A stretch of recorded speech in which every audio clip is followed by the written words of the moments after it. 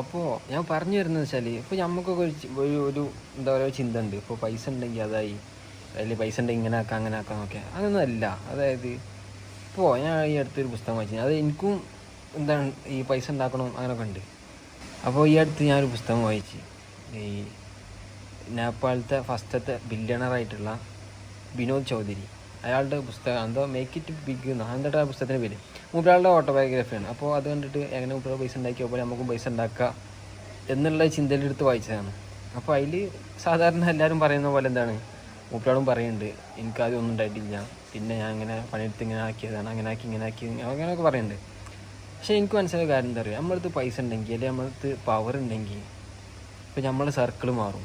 ഇപ്പോൾ നമ്മളെ കൂട്ടുകാരെ നമ്മൾ വിളിക്കും, നമ്മൾ മന്തി തിന്നാൻ പോകുമ്പോൾ അല്ലെങ്കിൽ നമ്മൾ ചായ കുടിക്കാൻ പോകുമ്പോൾ ഒക്കെ. പക്ഷേ നമ്മുടെ അടുത്ത് പൈസ വരുമ്പോൾ നമ്മളെ സർക്കിൾ മാറും. പിന്നെ നമ്മളെ ചിന്ത നമുക്ക് പൈസ ഉണ്ടാക്കണം, നമുക്ക് അവിടെ ഒരു ബിൽഡിംഗ് കയറ്റണം, ഇവിടെ ഒരു ബിൽഡിംഗ് കയറ്റണം, അങ്ങനത്തെ മെൻറ്റാലിറ്റി നമുക്ക് വരും. മാത്രമല്ല ഇപ്പോൾ നമുക്കൊരു പ്രശ്നം ഉണ്ടെങ്കിൽ നമ്മൾ എന്ത് ചെയ്യും, നമ്മൾ സഹിക്കും. അല്ലെങ്കിൽ ഇപ്പോൾ നമ്മളാരെയും കാട്ടാൻ വരുന്നുണ്ട് പറഞ്ഞാൽ നമ്മൾ സഹിക്കും.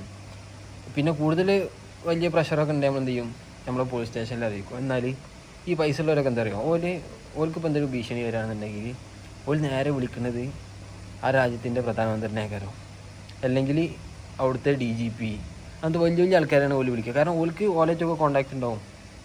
ഇപ്പോൾ അത് ഓല ബിസിനസ്സാ അല്ലെങ്കിൽ എന്തെങ്കിലുമൊക്കെ കാര്യങ്ങളായിട്ട് ഇവർക്ക് ഇവരായിട്ട് കോണ്ടാക്ട് ഉണ്ടാവും. ഇപ്പോൾ ഈ ചങ്ങായി ഉണ്ടല്ലോ, ഈ ഞാൻ പറഞ്ഞ വിനോദ്, അയാൾക്ക് ഈവൻ നമ്മളെ കേരളത്തിൽ വരെ പിടിപാടുണ്ട്. അപ്പോൾ അയാൾക്ക് ഇപ്പോൾ ഉദാഹരണത്തിന് അയാൾക്ക് കേരളത്തിലൊരു ബിസിനസ് സ്ഥാപനം അല്ലെങ്കിൽ ഒരു എന്തെങ്കിലും ഉണ്ടാക്കണം വിചാരിച്ചാൽ അയാൾ നേരെ വന്നിട്ട് കാണുന്നത് നമ്മളെ മുഖ്യമന്ത്രിനായിരിക്കും. അങ്ങനെയാണ് ഈ ഭയങ്കര പൈസ ഒക്കെ ഉണ്ടാകുമ്പോൾ നമ്മളടുത്ത് പവർ ഉണ്ടാകുമ്പോൾ നമ്മളെ സർക്കിൾ മാറുന്നത്.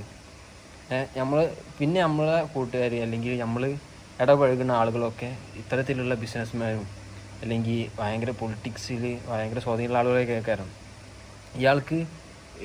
ഇയാൾ നേപ്പാളിലാണ്. അപ്പോൾ ഇയാൾക്ക് ഈ ലോകത്തിലെ പല വലിയ വലിയ നേതാക്കന്മാർ, നമ്മളെ മോദി, അങ്ങനത്തെ ഒരുപാട് ആളുകളായിട്ട് ഇയാൾക്ക് ഭയങ്കര കോണ്ടാക്റ്റ് ഉണ്ട്. ഇവൻ മോദി വരെ ഇയാൾ എന്ത് ചെയ്തിട്ടുണ്ട്, ഇന്ത്യക്ക് ക്ഷണിക്കുകയും പിന്നെ അതുപോലെ തന്നെ ഇയാൾ മോദിനെ നേപ്പാൾക്ക് കൊണ്ടുപോകുകയൊക്കെ ചെയ്തിട്ടുണ്ട്. അപ്പോൾ അതാണ് എനിക്ക് മനസ്സിലായത്. അതായത് ഇപ്പോൾ നമ്മളടുത്ത് പൈസയും പിന്നെ പവറൊക്കെ ഉണ്ടെങ്കിൽ നമ്മളുടെ ഈ സർക്കിൾ എന്ത് ചെയ്യും, അത് മാറും. പിന്നെ ലാസ്റ്റ് അയാൾ പറയുന്നൊരു പോയിൻ്റ് ഉണ്ട്. അതായത് ഇയാളുടെ അച്ഛൻ മരിച്ചപ്പോൾ ഇയാളുടെ അച്ഛൻ എന്തോ രോഗമായിട്ട് ഇയാളുടെ അച്ഛൻ മരിക്കുന്നത്. ഇയാളുടെ അച്ഛൻ ഇങ്ങനെ മരിക്കുമ്പോൾ അപ്പോൾ ഇയാൾ പറഞ്ഞു വെക്കുന്നതാണ്, എനിക്ക് പൈസ ഉണ്ടെങ്കിൽ ഒക്കെ നേടാമെന്നുള്ള ഒരു വിചാരം ഉണ്ടായിരുന്നു. പക്ഷേ ചില സമയത്ത് ഈ പൈസ കടലാസിൻ്റെ അത്ര പോലും വിലയില്ലാത്ത ചില സമയങ്ങൾ വരുന്നു. കാരണം ഇയാൾക്ക് പൈസയും പവറും എല്ലാ കാര്യങ്ങളും, പക്ഷേ ഇയാളുടെ അച്ഛനെ രക്ഷിക്കാൻ ഇയാൾക്ക് കഴിയണില്ല. അപ്പോൾ അങ്ങനെയാണ് ചില കാര്യങ്ങളൊക്കെ.